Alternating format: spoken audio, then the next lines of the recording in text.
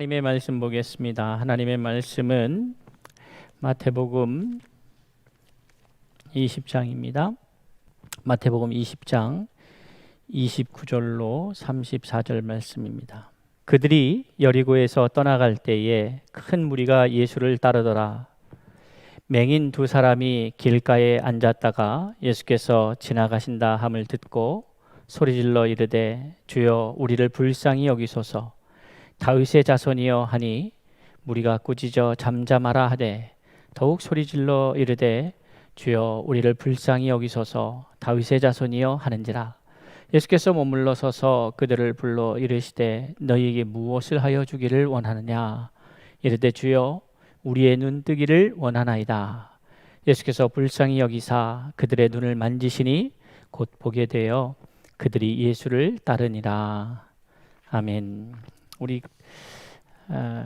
말씀을 나누기 전에 그 은혜라고 하는 찬양, 여러분들 공동체장님들을 통하여서 아마 이 은혜의 찬양을 함께 나누고 있는 줄로 압니다. 함께 은혜 이런 찬양 함께 찬양하겠습니다.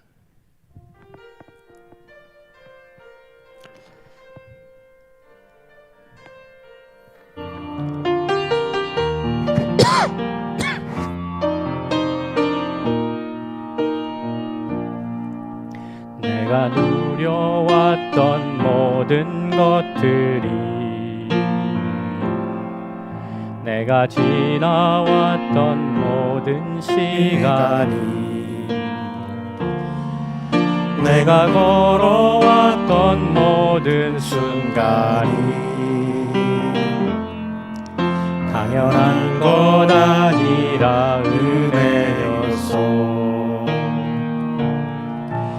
아침에가 뜨고 저녁에 노을 봄의 꽃향기와 가을의 열매 변하는 계절의 모든 순간이 당연한 것 아니라 은혜였소. 모든 것이 은혜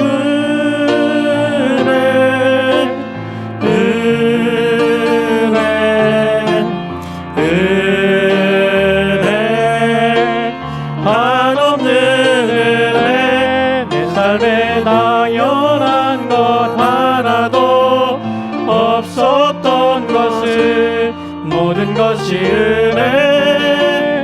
은혜였소. 내가 이 땅에 태어나 사는 것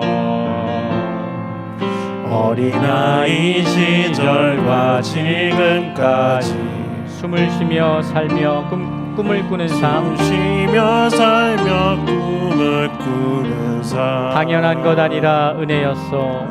당연한 것 아니라 은혜였소. 내가 하나님의 자녀로 살며 내가 하나님의 자녀로 살며 오늘 찬양하고 예배하는 삶 오늘 찬양하고 예배하는 삶 복음을 전할 수 있는 축복이 복음을 전할 수 있는 축복이 당연한 것 아니라 은혜였소. 당연한 것 아니라 은혜였소. 모든 것이 은혜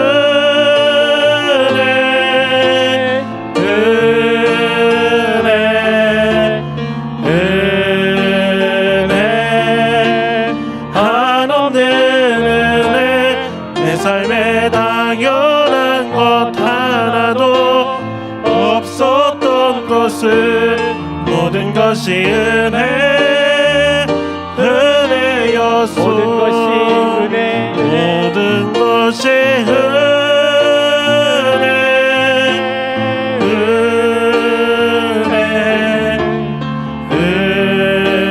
은혜 한없는 은혜. 내 삶에 당연한 것 하나도 없었던 것 것은 모든 것이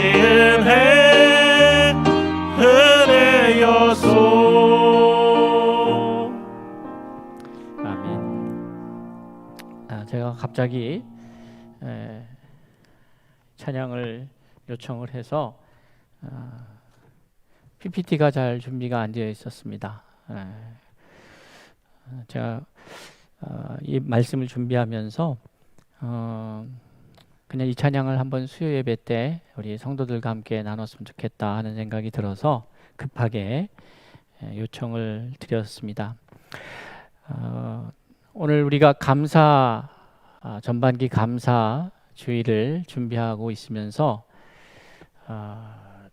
이 은혜라고 하는 것, 그것을 우리가 감사로 하나님 앞에 고백하는 것, 그리고 그 고백이 지나간 일들 혹은 행하신 일들에 대한 고백에 지나지 않고 더 나아가서는 앞으로 행하실 일에 대한 기대가 있기에 거기에 걸맞는 삶을 살아가는 우리의 모습이 되면 좋겠다 하는 의미로 이번 전반기 감사 예배를 감사 고백을 넘어 삶으로라고 하는 주제로 마주하고 있습니다.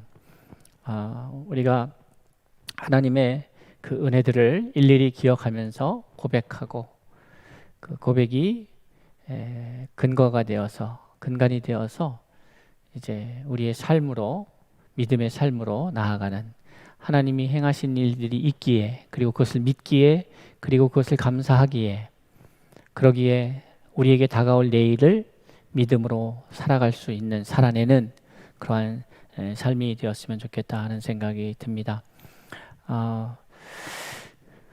오늘 말씀을 보면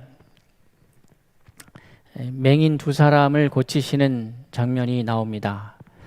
근데 이 본문의 내용이 이 마태복음뿐만이 아니라 마가복음과 누가복음에게도 동일한 그 사건이 기록되어 있습니다. 그런데 이 동일한 사건임에도 불구하고 좀 약간의 차이를 두고 우리에게 보여주고 있는데 마태는 맹인 두 사람이 길가에 앉았다 이렇게 표현을 하고 있습니다. 그런데 누가는 한 사람이라고 표현을 하고 있고 마가는 심지어 그 한 사람이 바디메오다 이렇게 표현을 하고 있죠. 그래서 이 다른 이야기가 아니라 마가와 누가는 이 마태는 이 사실적인 묘사를 하였다면 마태와 누가는 한 사람, 특별히 이 바디메오라고 하는 사람, 마가 같은 경우 바디메오라고 하는 사람을 중심으로 해서 그 사람 관점에서 이 이야기를 기록하였다 이렇게 볼 수가 있는 것이죠. 왜 그랬을까 봅니까? 바디메오라고 하는 사람이 당시 꽤 이 바디메오라고 하는 것은 디메오의 아들이다 하는 얘기죠.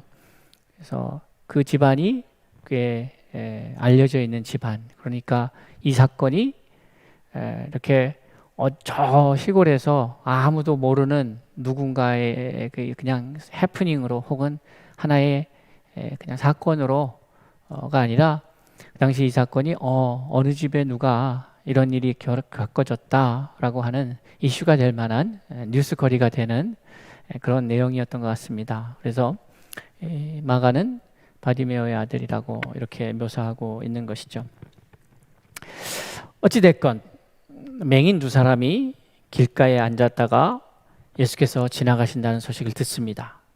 지나가신다는 소식을 듣고 사실 이 마태복음에서는 바로 이 두 사람이 소리를 지른 것처럼 이렇게 기록되고 있으나 다른 복음서에 보면 좀 더 그 내용이 좀 구체적으로 설명이 되고 있는데 맹인이니까 누가 지나가는지 모르잖아요. 그러니까 앉아서 어떻게 보면은 그곳에서 구걸을 하든지 아니면 앉아서 있는데 길가에 이렇게 앉아 있는데 막 이렇게 어수선하고 평상시하고 다른 느낌이 들었겠죠. 많은 무리들이 움직이기 시작하고 이런 감지를 하고 나서 누가복음 18장에는 이렇게 기록되어 있습니다. 36절에 보면 무리가 지나감을 듣고 이 무슨 일이냐고 물은데 라고 기록하고 있어요. 그러니까 맹인들이 구걸을 하다가 무슨 일인지 묻고 있는 거예요. 지나가는 그 소리를 듣고 무슨 일인가 하고 이렇게 묻습니다. 물으니까 사람들이 나사렛 예수께서 지나가신다 이렇게 이야기를 합니다. 그러니까 이제 이 두 사람이 이 치유를 받는 이 두 사람이 예수가 지나간다는 사실을 이제 알았습니다. 그리고 나서 바로 즉각적인 반응이 뭐냐면 다윗의 자손이여 우리를 불쌍히 여기소서 이렇게 말한다는 것이죠. 자, 여기서 다윗의 자손이다 이렇게 표현을 한 의미는 이게 이제 이 복음서에서 이 다윗의 자손에 주는 의미가 뭡니까? 그것은 예수가 다윗의 후손으로서 오리라고 한 그 메시아임을, 그러니까 정통성, 예수는 다윗의 자손으로서 우리가 기다리던 메시아다 하는 것을 드러내는 것이죠. 그러니까 우리가 잘 아는 바와 같이 얼마 전에도 우리가 함께 나눴지만은 마태복음 15장에 보면 22절에 이 딸이 귀신 들려서 그것을 고쳐달라고 간구하는 가나안 여인에 대한 이야기가 마태복음 15장에 나옵니다. 그때에 여러분이 잘 아시는 바와 같이 예수님께서는 자녀의 떡을 취하여 개에게 주지 않는다. 이 가나안 여인이 개들도 주인의 밥상에서 떨어진 부스러기라도 먹지 않습니까? 내게 부스러기 은혜도 주세요. 예수님 깜짝 놀라죠. 이만한 이런 믿음이 있다니. 자, 그때도 이 여인이 부르짖는 게 뭐냐면 다윗의 자손이여 이렇게 부르짖어요. 그러니까 단순히 예수님이 병 고치는 신통한 능력이 있는 존재로 말씀을 우리에게 전하기 위해서 이렇게 기록된 것이 아니라 그가 왜 이러한 능력을 행할 수 있느냐? 바로 우리를 구원하실 메시아이기 때문이다 하는 메시아라고 하는 개념이 더 중요한 의미가 있는 것이죠. 그래서 오늘 이 두 사람이 나사렛 예수가 지나간다는 소리를 듣고는 그 예수를 누구로 이해한 겁니까? 다윗의 자손이고 우리가 기대하던 메시아, 이렇게 이해를 하는 것이죠.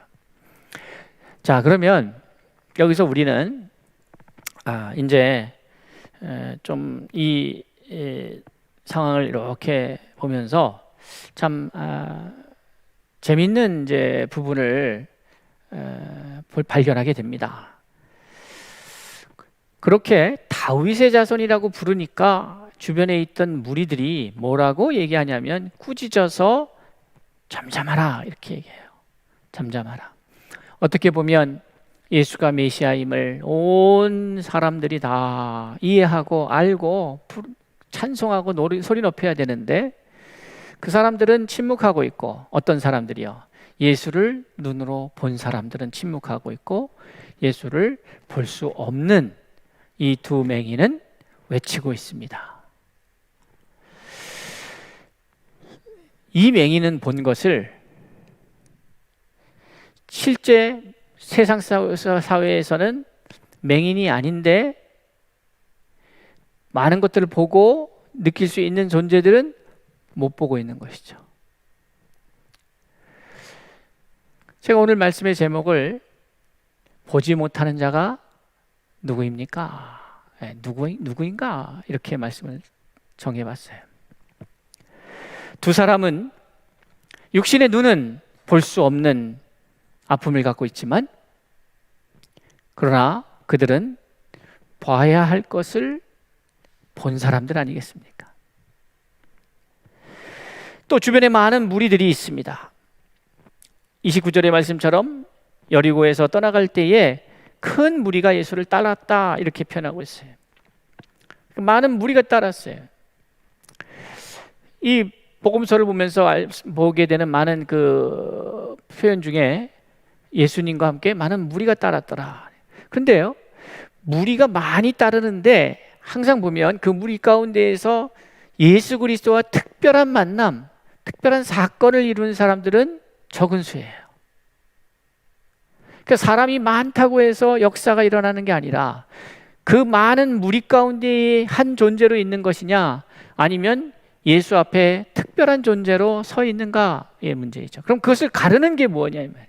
무리와 특별한 존재, 이것을 가르는 기준이 뭘까요? 믿음이죠.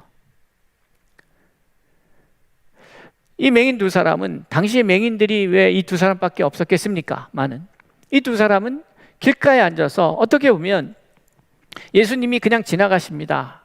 지나가시는데 뭔가 요란하니까 묻습니다. 도대체 무슨 일이야? 누가 지나가는데 이렇게 소란스러워? 나사렛 예수야. 예수라고?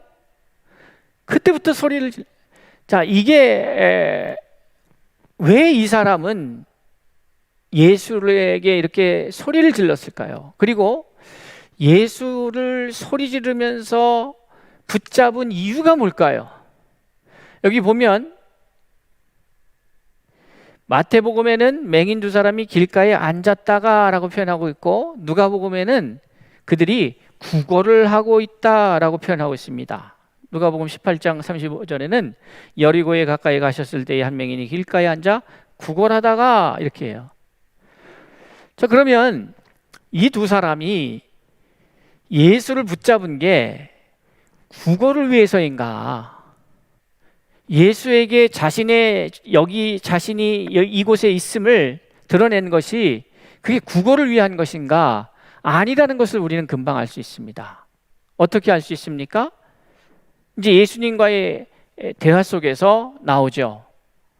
예수님께서 머물러 서서 그들을 불러 이르시되 너에게 무엇을 하여 주기를 원하느냐? 이렇게 물으셨을 때에 이 두 사람이 원한 게 뭐예요? 주여, 우리가 눈뜨기를 원하나이다.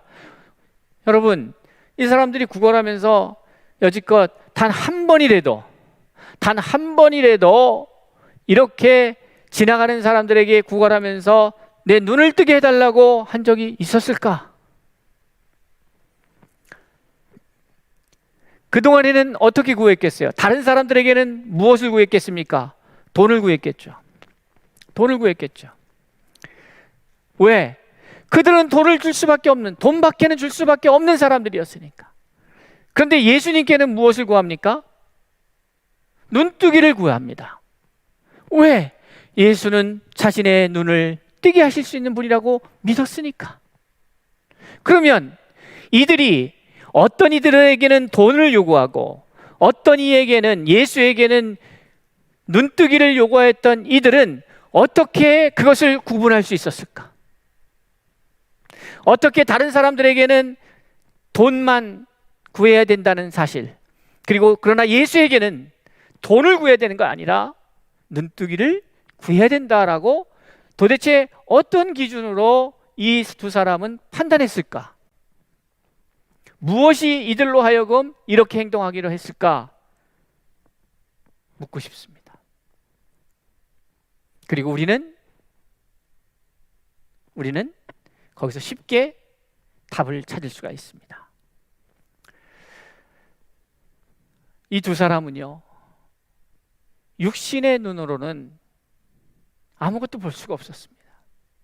그런데 육신의 눈이 가리워졌는데 소위 우리가 말하는 영안이 열렸어요. 그래서 사람들은 눈을 뜨고 보지 못하는 것을 이들은 눈을 감고 보고 있어요. 여러분, 하나님의 역사라는 게 그렇지 않습니까?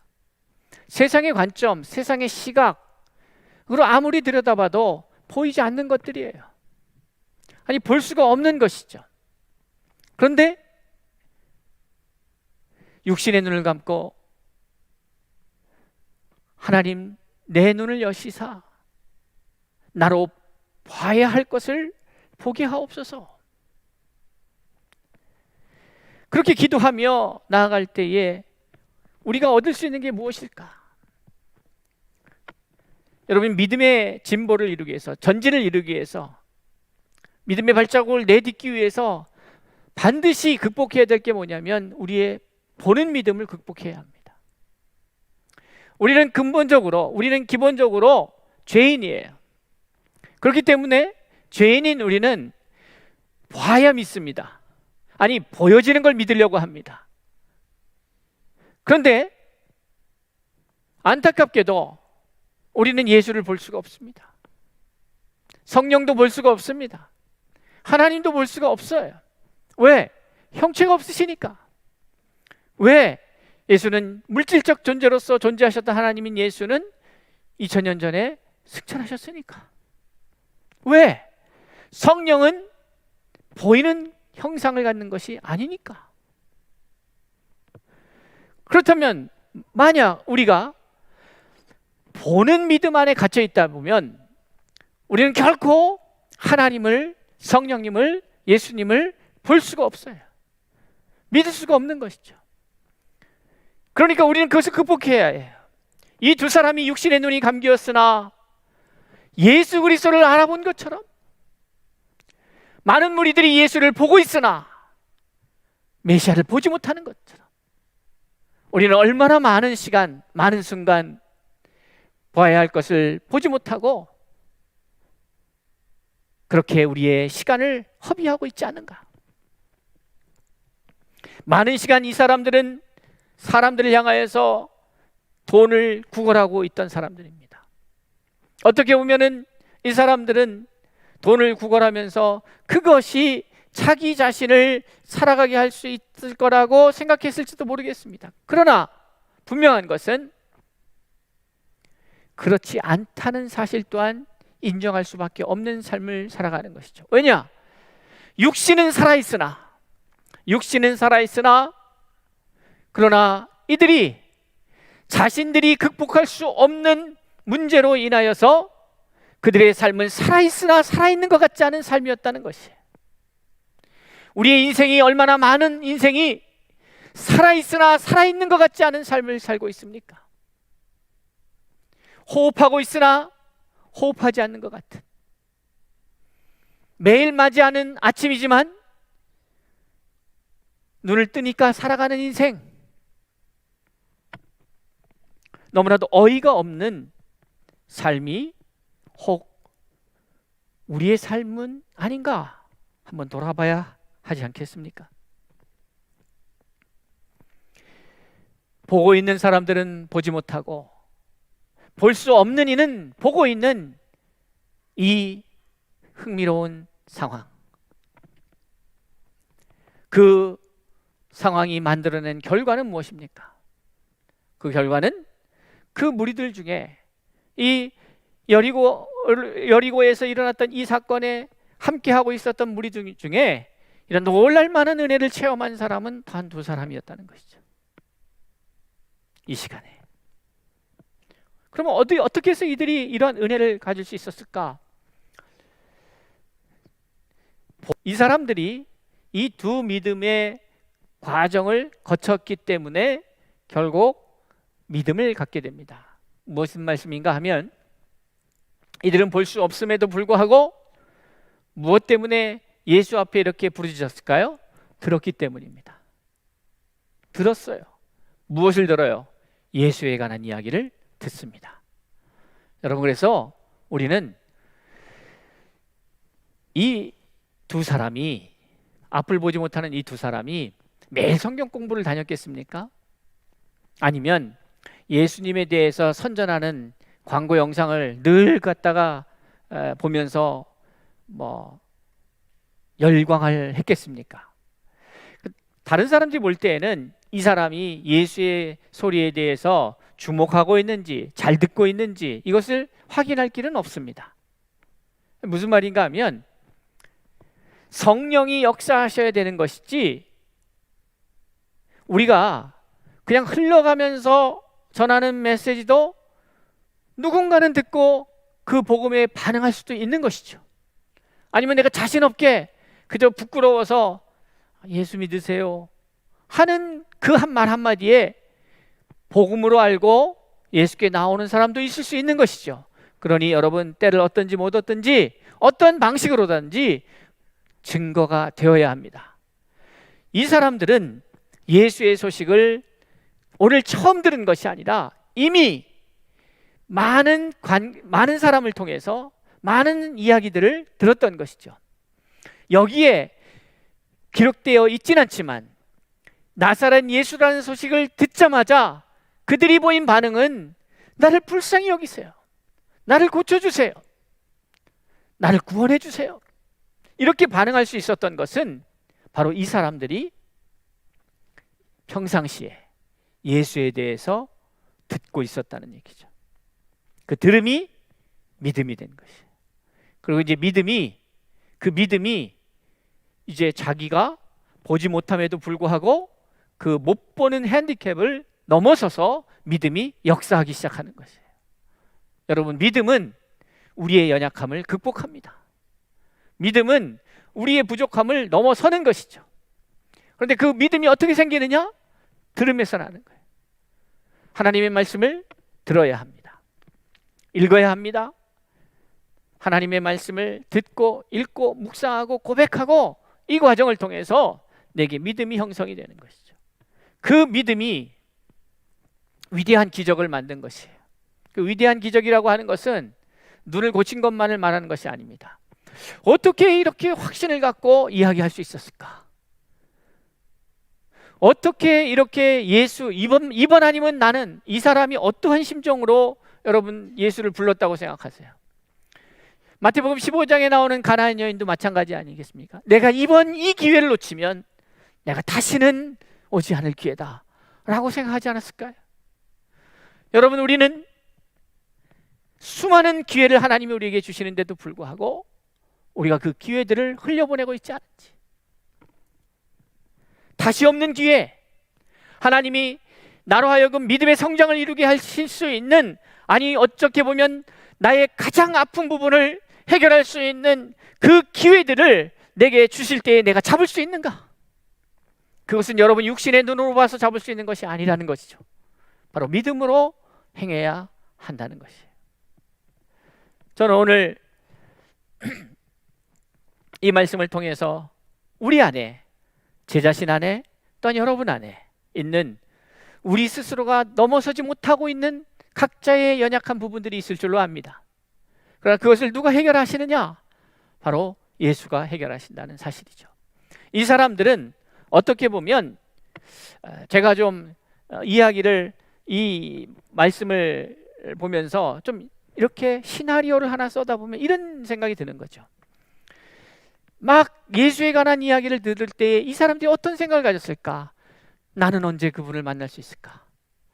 내가 만나면 나의 이 문제를 해결할 수 있을 텐데 나에게는 기회가 안 오나? 어떻게 내가 예수를 만날 수 있지? 예수를 만나야만 이 문제를 해결할 수 있을 텐데, 이 마음이 계속해서 이 사람들 안에 일어났던 것 같습니다. 왜냐하면 예수님께서 물으세요. 무엇을 하여 주기를 원하느냐? 라고 물으시자마자 눈뜨기를 원합니다. 그러니까 이 대답은 준비된 대답이었다는 것이에요. 준비된 대답이었다라는 의미 속에는 계속해서 이것을 마음에 두고 예수님을 만난다면 나는 고침받을 수 있는데, 예수를 만나야 이 문제를 해결할 수 있는데, 예수밖에는 답이 없는데 라고 하는 믿음이 이들 가운데에 자리 잡고 있었다는 것이죠. 여러분은 주님이 지금 이 시간에 여러분을 만나 내가 너에게 무엇 해주기를 원하느냐? 라고 물으신다면 준비된 답변이 있으신가요?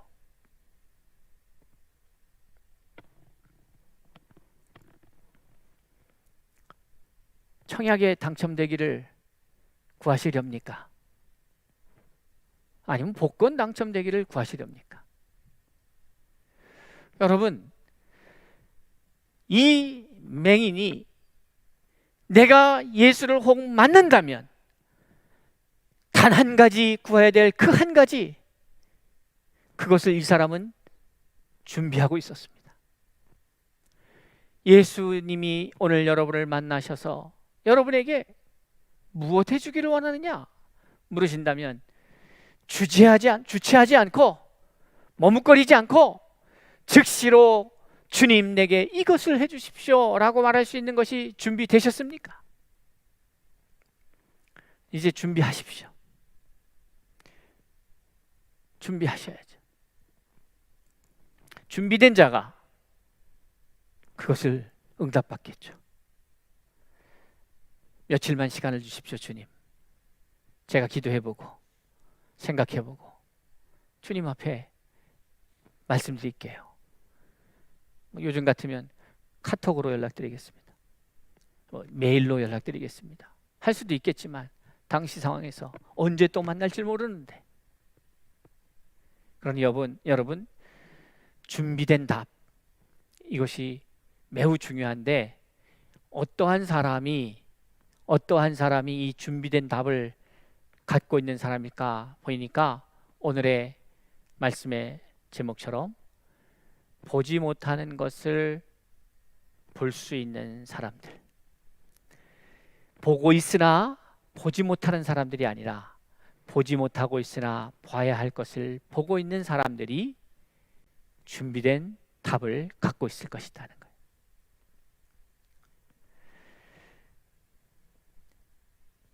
예수를 따르는 많은 무리 중에 왜 문제가 없겠습니까? 문제가 있으니까 따르겠죠. 무슨 문제가 있으니까, 무슨 아쉬움이 있으니까.